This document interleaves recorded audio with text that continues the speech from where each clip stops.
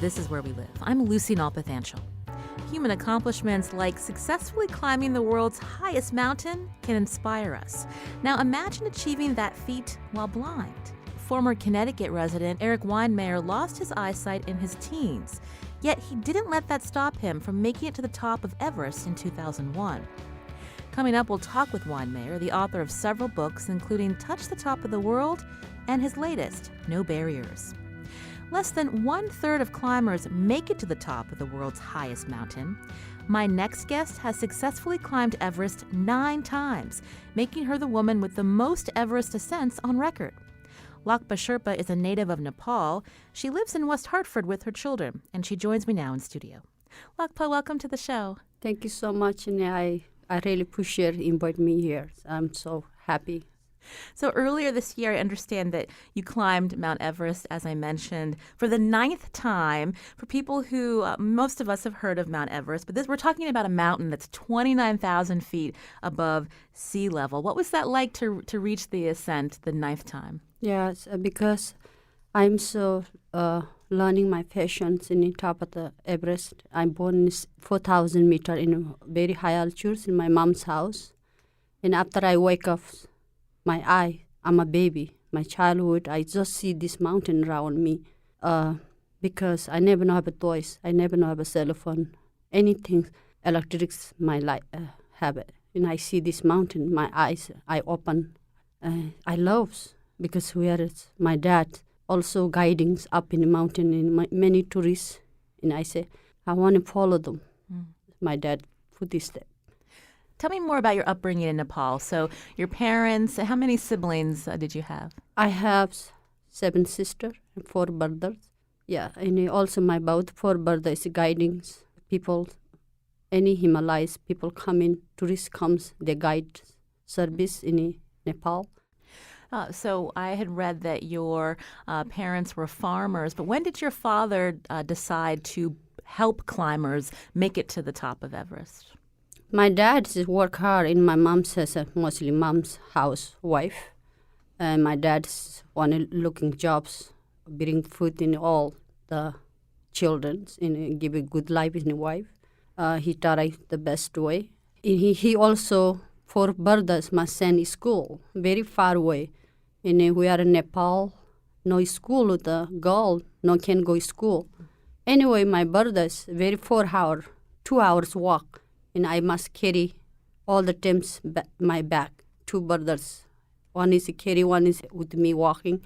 And I'm look like a yellow bus in the air. I carry them all the times back and forth in 4 hours. 2 hours back in school, 2 hours back in 4 hours I working. My mom's send me pick up the brother and I must go, yes. It sounds like you were a good sister then. Yeah, I feel I'm look like a yellow bus. You were saying that the reason that your father started helping with these climbing expeditions is to help your family, including your brothers. So when did you first start helping your father in terms of helping the tourists make that climb? Tourists comes, my dad want to guide up and show them the path, guidings, hiking. And I want to go, look like my dad. And my mom says, no. You are the woman. You must stay home and learning the cooking, whatever woman things. You must need the marriage. And I really boring. I said, no, this is not my jobs. And I don't want it. And all my sister listen, but I'm a little bit not listen. I want to go hiking. So much beautiful hiking hill, this around me. Why? I want to go explore myself. I don't want to stay housewife. And my mom's very worried for me. I cannot find a man. Because I do the man things. And she said, who marries this girl? She never learns woman things. This is Where We Live. Lhakpa Sherpa is in studio with me. She's a West Hartford resident and the only woman to hold the record of climbing Mount Everest 9 times. Despite her mother's reservations, Sherpa went on to work as a porter when she was 15 years old in Nepal, working alongside her father. She would carry items for tourists from one base camp to the next. I carry because I'm very tall, look like my dad. All my sisters are very small size, medium size. I'm a little tall. I can carry, look like a man. jobs, and I carry them heavy things. My dad says she can carry heavy things. She can go with me. But yes, my dad tests me, and I can carry heavy things, and I can follow his level walking. Yeah, and he take me. He say, yes. But it was when you were in your 20s, when you were actually able to climb yourself with other women? How did that happen? What did you have to do to get that permission to go? One woman, Tarai, she had 3 children, and she died. She summit, but she no make it down, and she died. That times I'm really teenagers, my age. And I said, wow, I know though she died, we see, she died. And every woman is scared. And everybody's, really, Nepal, Sherpa women, Nepali women, they really not do sport. They just want to stay home, do cooking, and give us the food and husband, and take care of the children. They do. I'm really not wanting this, and I feel I want men jobs. I like learning men jobs. What your men doing, what your women doing. I want to share, my experience. I want to learn. How many men work hard, or women work hard. I want to do it, but I want to feel my body. I want to test them. I did. And I'm so scared. I really want to go climbing big mountain, small mountain. I already summit Merek Peaks, Ngawal Peaks, 6,000 meters. I never been in school training. I just want to learn myself. Everything's myself. I learn, step by step. So how did you and this group of women, did you have to petition the Nepalese government to be allowed to climb yourselves, not as a guide, but this is something that you wanted to do? The men's no belief. Wow, why women climbing? This woman died. Pasang Lam was die already. Why you want to go? I really want to go. I say, I want to go helping me. I say, I need the help. And I write some letters and give everybody's government.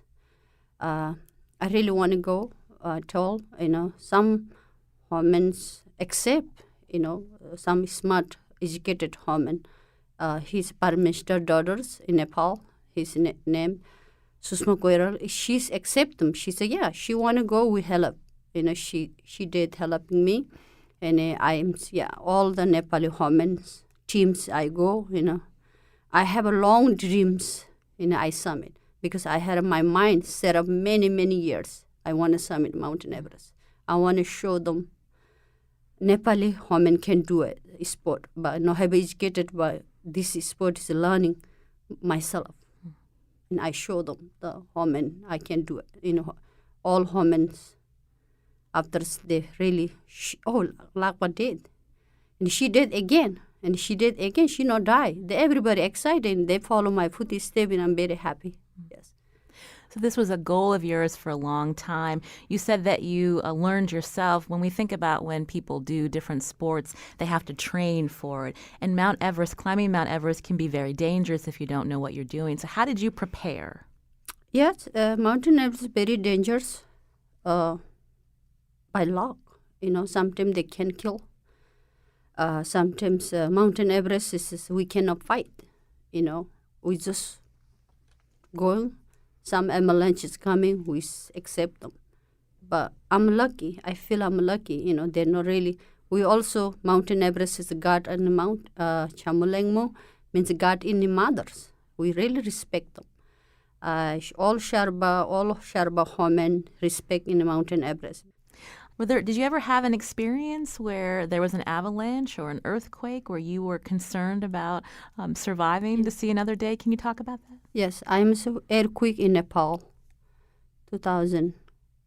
Earthquake day, I'm a day in Everest base camp.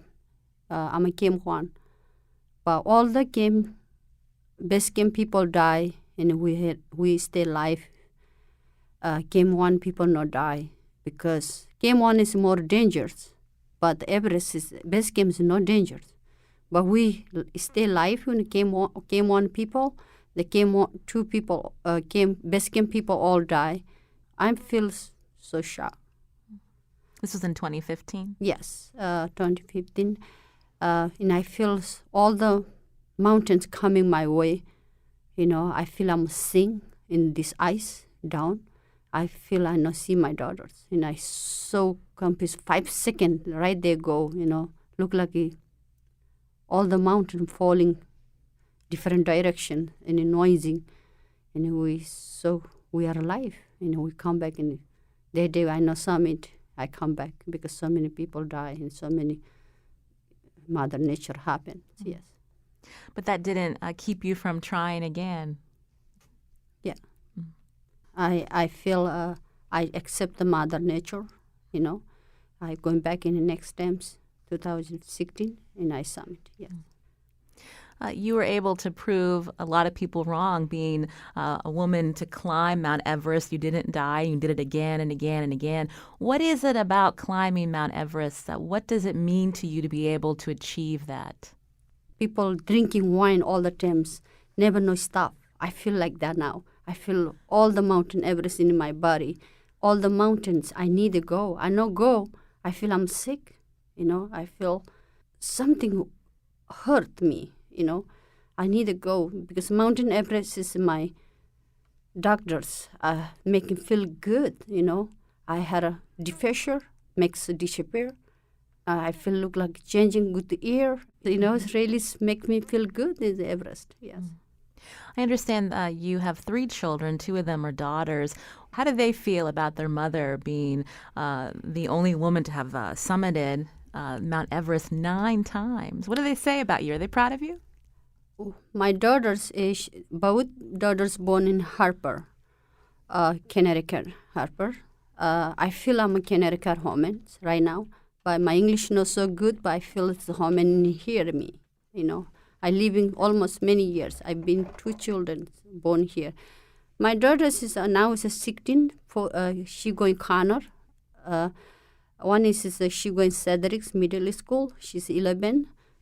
I'm so happy. I work so hard and give this girl good educators. Not look like me.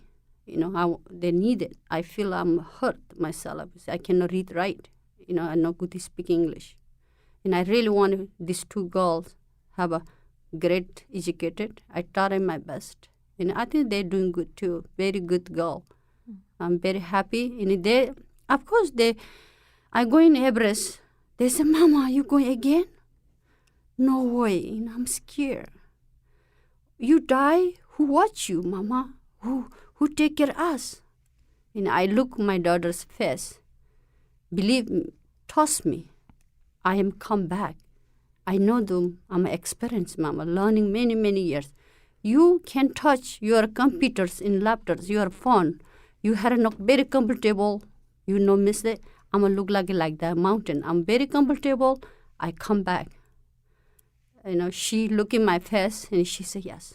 Promise? Yes, I promise. I come back. Of course, I come back again and again. They trust me. Coming back me life, yes. You mentioned earlier that you were unable to go to school, so you're so very proud of the sacrifices that you've been able to endure so that your children, your daughters now have an education. Yeah, I work hard, whole food. I also test myself right now, this moment. Single men and single moms, single men, fathers, working 2 both jobs, very difficult. And I feel them. I'm really respect them. All single mom and a single dad is really they do double shift all the times. I did myself. I understand this life now. Can I ask, Lhakpa, what brought you to Connecticut? How long have you lived here? My ex-husbands, we meet in the mountains. I come from here. We each other not good, and we divorce. I taken myself, my children, 7 years right now, 8 years almost. This is Where We Live. I'm Lucy Nalpathanchel. I'm speaking with Lhakpa Sherpa, a West Hartford resident who has climbed Mount Everest 9 times, the only woman to do so. After the break, we're going to continue our conversation, and you can join us too. Find us on Facebook and Twitter at Where We Live.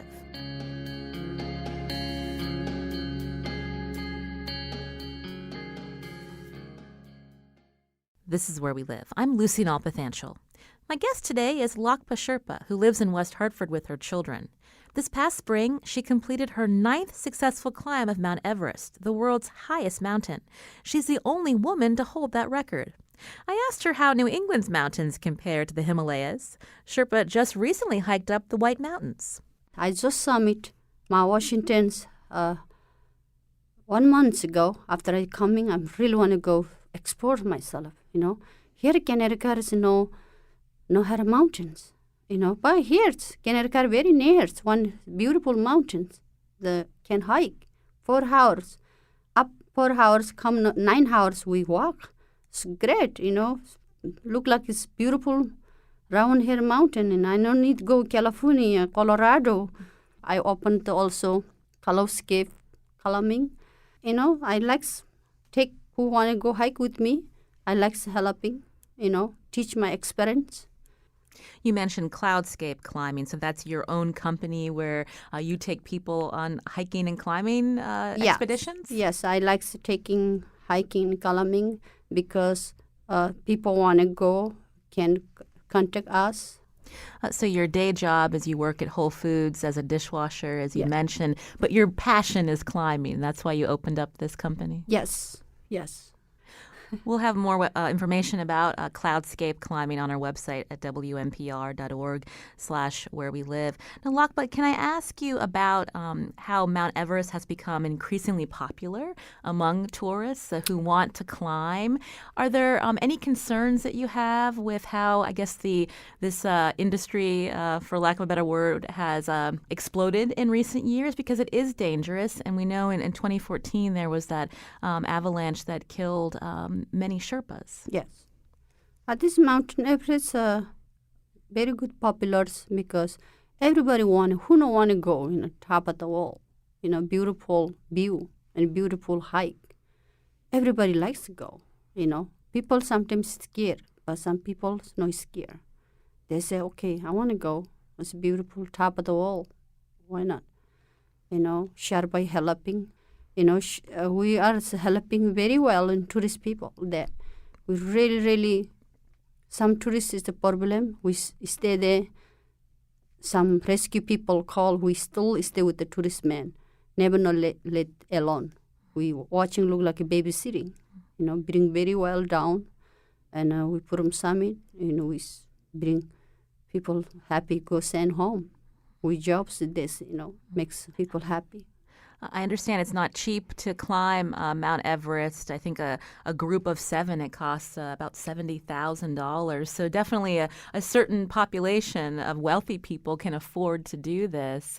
Are there enough, what I'm asking is with the pressure, with the popularity of climbing Mount Everest, are there enough safety measures to protect Sherpas like yourself? Yes. The very smart people come in Everest climbing. They're very rich people. And also the very educated people comes.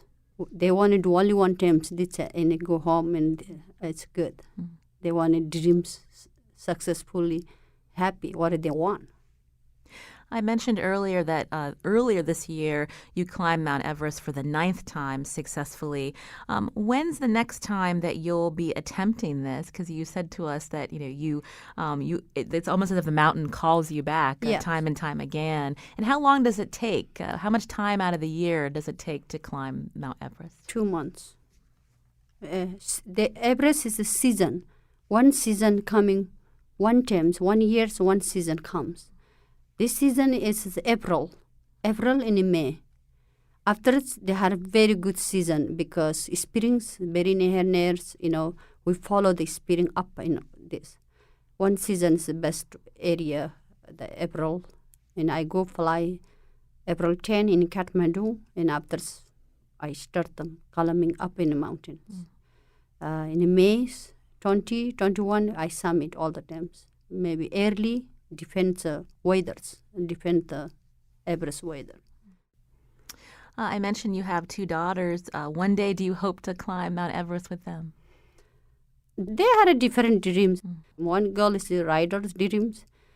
People, they're changing a lot. They're changing. But now my big daughter, Sunny, she's not changing. She still keeps the same dreams. One I told Sonny, you do something new to come? I asked, no, I want to shame, I want to do it.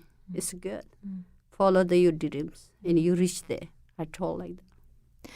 Recently, in the country of Peru, there's a group of women who've been permitted to be porters, so similar to what Sherpas are doing, but carrying the supplies, the tents for people who are making the trek on the Inca Trail. What do you think about that when you hear about other women that are accomplishing these feats? Very good. We must do it step by step. Hard work. Hard work is work all the time. It's good. I feel women do that, follow dreams, work hard. My dad told me, eat healthy food, work hard, never no die. I do. I remember my dad told me this. You eat healthy food and you work hard, you never no die. This I believe. So spring of 2019, will you be attempting to climb Mount Everest for the 10th time? Yes, I try because I feel in 9 times. My dream is the 10th.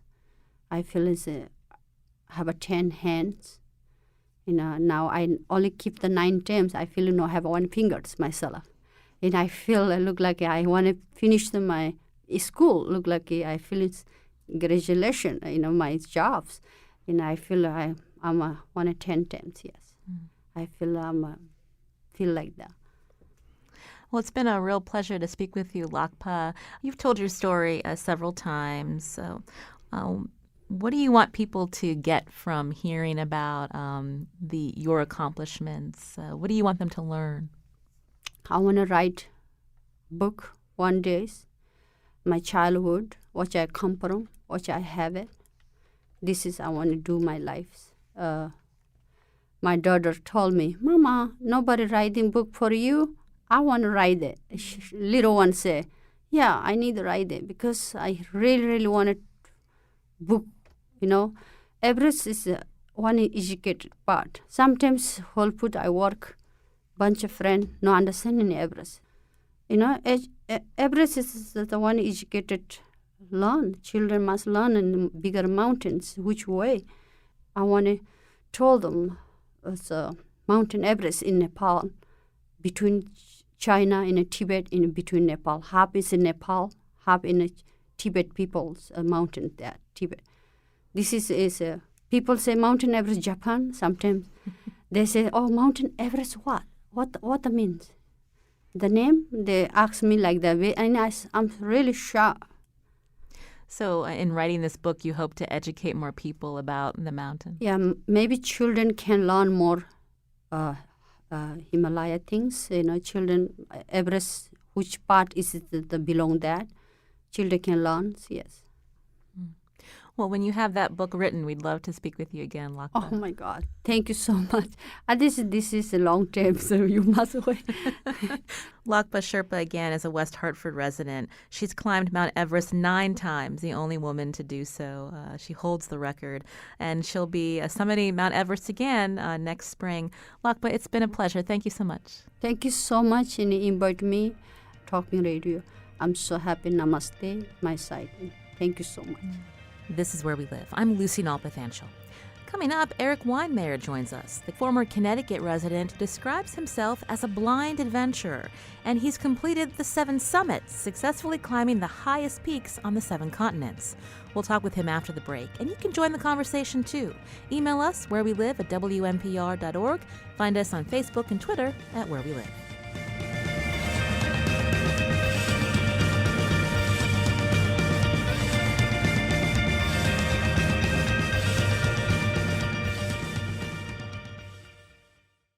This is Where We Live. I'm Lucy Nalpathanchel. In 2001, Erik Weihenmayer became the first blind person to reach the summit of Mount Everest. It wasn't his first climb, and it certainly wasn't his last.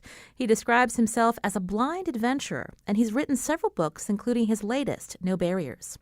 I spoke to him recently via Skype about his life, including part of his childhood spent in Connecticut. Erik, welcome to the show. Hi. Now, I want to learn a little bit of your backstory, and I understand that you grew up part of the time here in Connecticut. But when you were a young child, you were diagnosed with a rare eye disorder. Could you tell us more about that time in your life?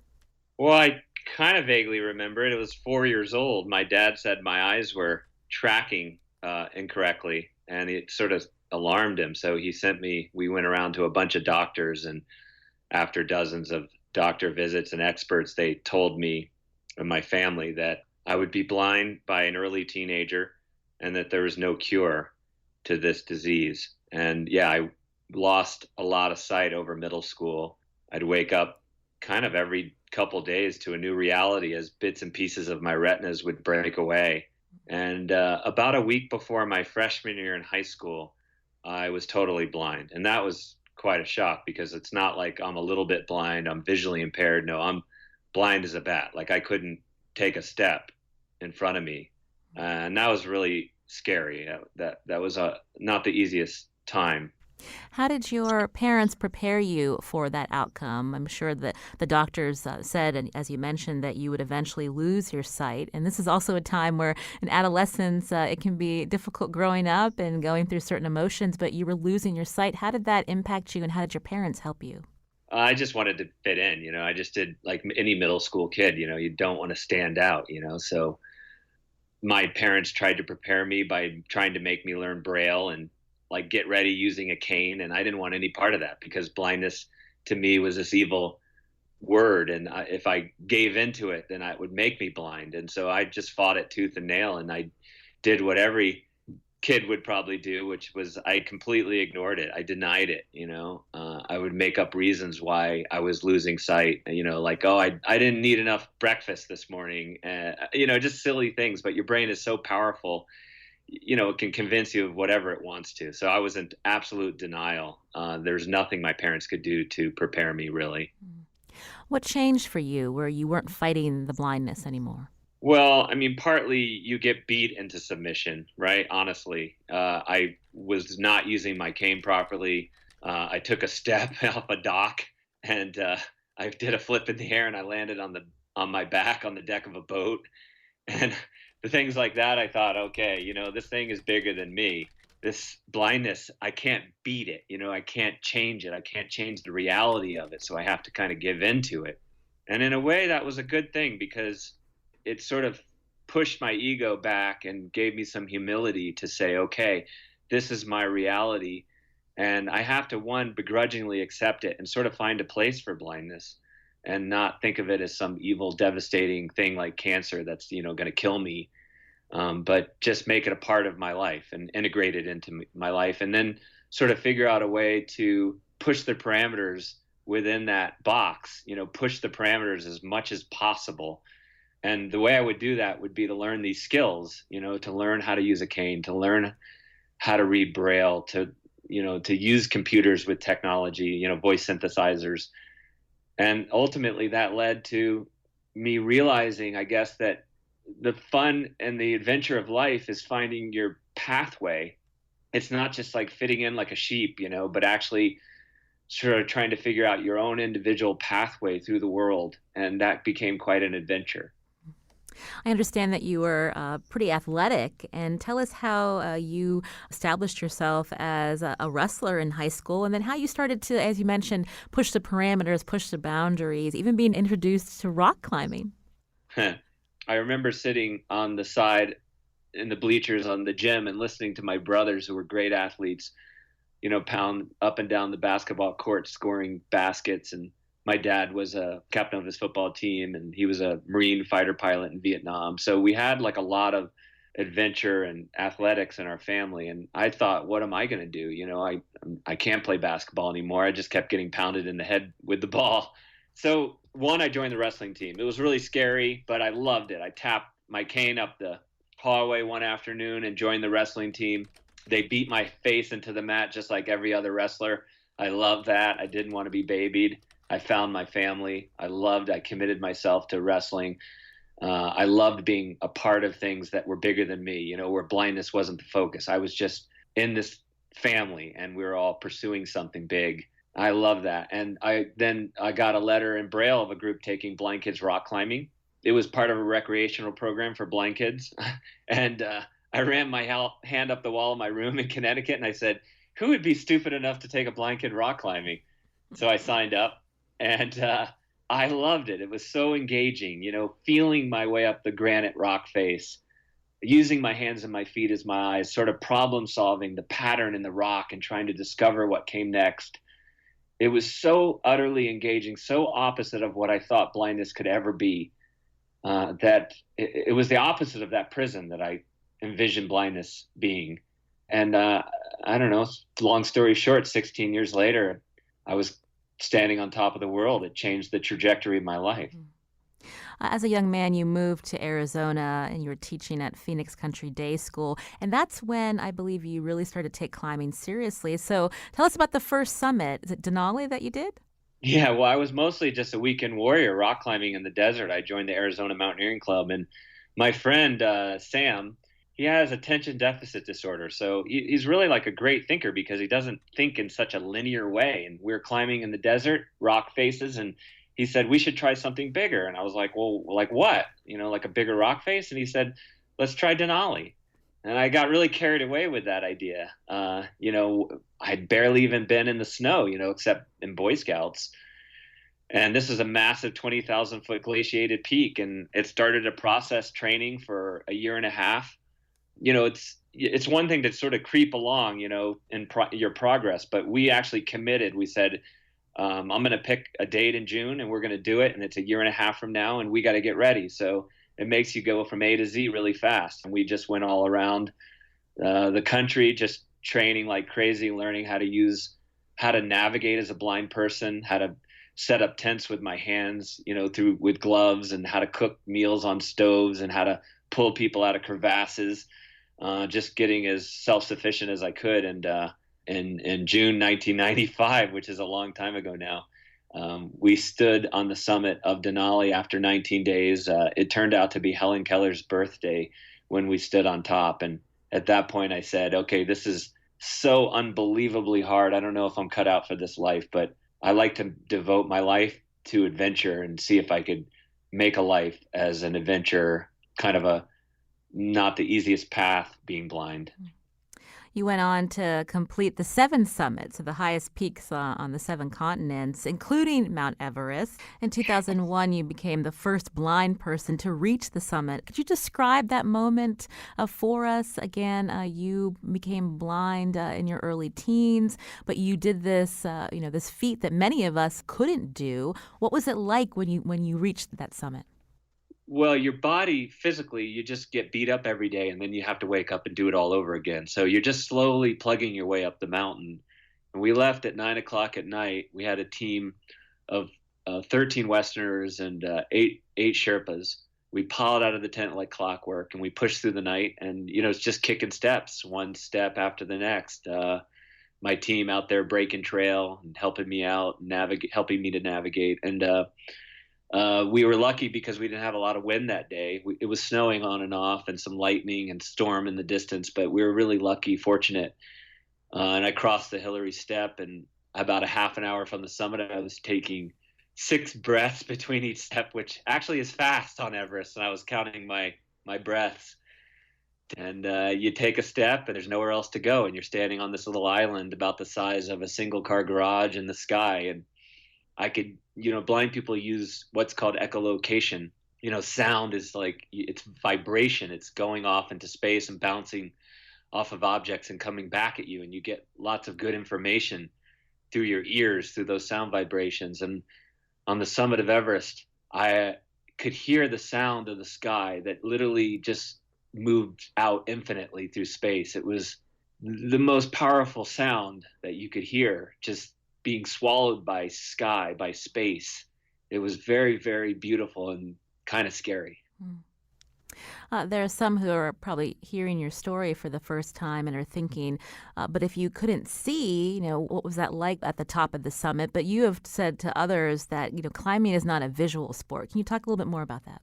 Well, sight is a really powerful sense, right? It's a very big sense where you get tons of information. But when you go blind, you don't have sight anymore. You have to use your other senses. You have to milk what you have, to get beauty and information from the world through your other senses. So I think it's enough for me, the movement of your body, rhythmically moving up the mountain, plunging your axe into the snow or the ice, feeling the wind, feeling the sun, feeling the texture of the rock and the ice under your hands, sensing that open space around you, as I said earlier. So I think you get plenty of scenery. It's just not the kind of scenery that a sighted person is used to. To be honest with you, too, most of the time people summit a mountain and they're in a whiteout, like it's cloudy, big clouds all around you. You can't even see anywhere. So most times sighted people are in the same boat as me anyway. Can I ask you, late last year, Nepal attempted to ban blind people, also double amputees, from climbing Everest. I believe recently a court overturned that ban. What was your reaction when you heard about these rules that Nepal was trying to put there? Yeah. Well, it's hard to articulate, and I kind of was like, I didn't want to get myself into trouble by being too aggressive with my opinion. But I honestly think, and maybe this is too blunt, but I think that it comes down to superstition, because Everest was, when it was first climbed by Edmund Hillary and Tenzing Norgay, they thought, oh God, these people step foot on the mountain, up high on the mountain, it's going to bring rain, it's going to rain destruction and bad luck and all sorts of bad stuff down on the village. And I think that's the same way that is the superstition around blindness in Nepal and Tibet and places like that, that maybe you've done something bad in a past life to deserve this fate. And so you're cursed with bad luck. And if you go onto the mountain, you're going to bring bad luck on everyone around you and Nepal itself. And so I think the ruling of banning blind people and disabled people from the mountain was based a little bit on that superstition. Funny enough, when I climbed Everest, we were trying to get Sherpas to join our team, and we couldn't find them. They wouldn't join our team because of that bad luck thing. And one of the guys on Pasang Sherpa had climbed Everest 3 times, and he said, "I'll join your team. I don't believe in this idea of that you're born with bad luck. I think you make your own luck. I think you make your own karma." And that was so powerful. And once he joined, all the Sherpas joined, and they were our biggest supporters.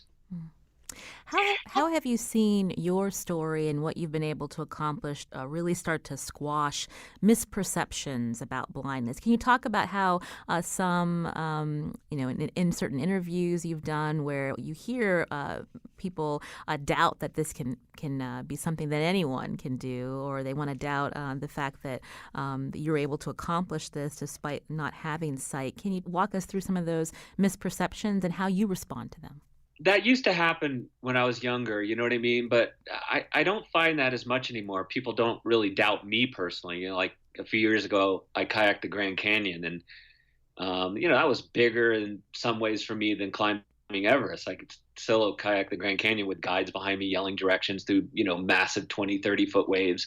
And not too many people said that's impossible. You can't do that, because I think maybe in the modern world, people have learned their lesson. Mm-hmm. I think more importantly, it's about people's perceptions of what's possible for them. Because I think so many of us, we start out with adventure and hope and excitement. And, along that journey of life, we get beat down, we get baggage, we get crust that we build over ourselves. And we kind of get sidelined into this place that we don't want to be. And I hope my story and the message of No Barriers is the idea that you don't have to get sidelined. It's a treacherous road as you progress through your life. But yet, if you can kind of commit to these elements, these ideas of what growth, of how to grow and evolve through your life, then you can keep moving forward. You can keep breaking through your own personal barriers, and you can contribute to the world in some profound way. So I think for me, the response is more of a personal thing when I meet people who have been beat down by anxiety or fear or post-traumatic stress disorder or trauma, these invisible barriers that just get in our way. To me, that is a profound connection to say to those people, look, you can move forward with the right credibility, with a little more credibility.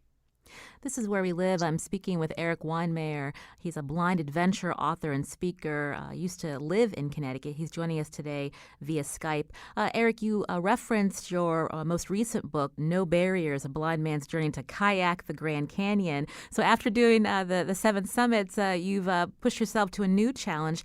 Tell us about why kayaking. Well, I was actually up on a big ice face in Nepal, shivering and hungry with a friend. And he said, "Wow, you know what? We should be on a beautiful river in the sun." He goes, "It's way better than shivering and being hungry way up high here." And I laughed. It was a joke, because you're always, when you're climbing, you're thinking about sea level and sunny pursuits. And anyway, so we got back down. I said, "Hey, teach me a kayak roll." And he did. And then I said, "Hey, would you guide me down an easy river?" And one thing led to the next, and by a couple of years out, I'd committed to the Grand Canyon, and trying to decipher how we're gonna, break through these huge rapids. We ultimately came across these amazing radios that my team could communicate with me, and really loud rapids. And I kept pursuing this thing, even though it was so different from climbing. Rivers are so different. You're moving at the river's pace, right? You're not able to stop like you are on a mountain and reassess and regroup.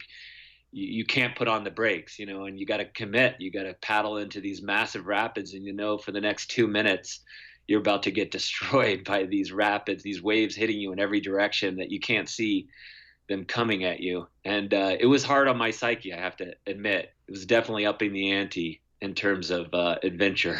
Hmm. When people hear your story, do they see you as a daredevil? Sometimes people do, but I honestly, and I mean this totally honestly, I'm not a daredevil. I'm a chicken. I'm very methodical about things. I build a great team around me. I build great technologies and innovations around me. I train as hard as a human can possibly train so that I'm prepared. I have that 10,000 hours under my belt, so I'm prepared for different situations, for improvising on the spot, which is what you have to do often. So I really think I'm enamored by this process of going through, looking at something really big and then figuring out, how do you get there? What's the sort of linear map that you build to get from point A to point Z? And even though there's so many things that can shove you to the sidelines along the way, how do you sort of keep moving forward? I think I'm really enamored by that process. And for me, you mentioned the new book. The book is about kayaking, but the book, really, the message is much more about this process, which I call No Barriers, which has become a movement now, which is, how do you keep moving forward despite the barriers and the challenges that sometimes seem so overwhelming? Your nonprofit is called No Barriers, and I do want to learn a little bit more about that. But for those of us who haven't kayaked the Grand Canyon, the idea of sometimes being immersed in water, fast water, raging rapids, how did you use that technology when we know technology has limits, and the importance of, again, working with a team to get it done? Well, the biggest technology was the radio system, because we were looking for radios that I could hear in these massive, loud rapids. And, a lot of them had delays. They have a half a second delay, which is an eternity in a rapid. And a lot of them were really unreliable. And so, yeah, finding the right technology, even when we found it, these radios that communicated in real time, they broke down. The Colorado has massive silt, and it gets into the membrane of the radio, and say they even didn't work out. So technology will let you down quite often. So it comes down to your team. My friends just getting behind me, kind of close as they could safely, knowing that you're in this rapid that could, take you out at any time, and then just yelling very simple, very direct commands like hard left, hard right, small left, small right, charge, which means charge into this hole, or this rapid that, if you don't charge hard, it's going to beat you down, and it's going to hold you under. So you got to charge through it. So just very simple commands. And then me being a good enough kayaker that, when I get knocked over, which is inevitable, I can roll up. I know the timing of when to roll up when the river releases you. You mentioned your nonprofit, No Barriers. So tell me how you translate the achievements that you've accomplished throughout your life, these adventures that you've taken on and been able to accomplish. When you talk with children, with veterans, what's your message to them? Well, for me personally, I think about the mountains, the rivers that I've kayaked, and I think, for me, there's a important piece, which is you're not really just standing on top pounding your chest, although maybe I did that a bit when I was younger. But I think as you get a little bit older and wiser, you realize that the sort of the meaning of these things is to figure out a way to take these gifts, these things that you've been given, these things you've maybe earned through your struggle, and bring them down the mountain and use them in your life, and marry that extreme with your everyday life and the people that you interact with. And so No Barriers became a movement to help all of us with challenges. As I said, not just people with physical challenges, but people with invisible barriers, which is all of us in this big No Barriers club, to figure out how do we break through the barriers in our lives that seem so real, that are so big, and how do you then elevate the world around you through your own experiences. And it became a small movement, and it's been growing ever since. Now we impact about 10,000 people a year, and we had events and programs and expeditions all around the world, and it's been so powerful for me to connect with people. Their Everest is just like, I want to walk down a set of stairs again. I want to get out of my house and walk in the sunshine and without fear. I want to get a job again. I want to write a book. I want to climb mountains. I want to start a nonprofit. It's been so fun to be able to facilitate people's own dreams. It's natural for us at times to doubt ourselves, and it's sometimes hard to block out people's criticisms. But when you hear that from some of the people that you're working with, what is your advice to them? How do they do that? Well, I think they surround themselves with people that have this No Barriers mindset and spirit. So like we hold events all around the country, one of which is coming up in New York in October, New York City. We're holding a big event, but it's surrounding yourself with this community. And, you sit at a table and there's a kid who's blind, who hasn't been off the pavement, who's about to go on a big hike, and a soldier who struggled with some trauma, some PTSD. There's a woman who's had a full heart transplant and is there living today, and a person who's had trauma and is struggling to work their way through that, and a CEO that's thinking, I want to bring her business to the next level. It's just this really eclectic movement, and you surround yourself with people like that, all striving to break through barriers and find purpose in our lives. And it's exactly what every person needs, I think, because we can't do it alone. None of the things I've ever done have been just me. They've been a great team that's lifting you up, that's sort of forcing you to become the best version of yourself.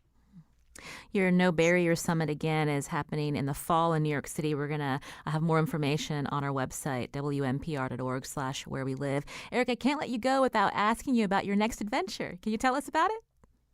I'm still climbing a lot. I'm going to head to an amazing, gigantic these rock faces in the desert in December, a place called Wadi Rum, and heading back to the Himalayas to climb a peak called Amada Blam, which I failed at 18 years ago. So really good logic in my life. I failed when I was young and strong, and now as I turn 50, I think I'm going to have a chance. But I really do have a chance because I have experience now.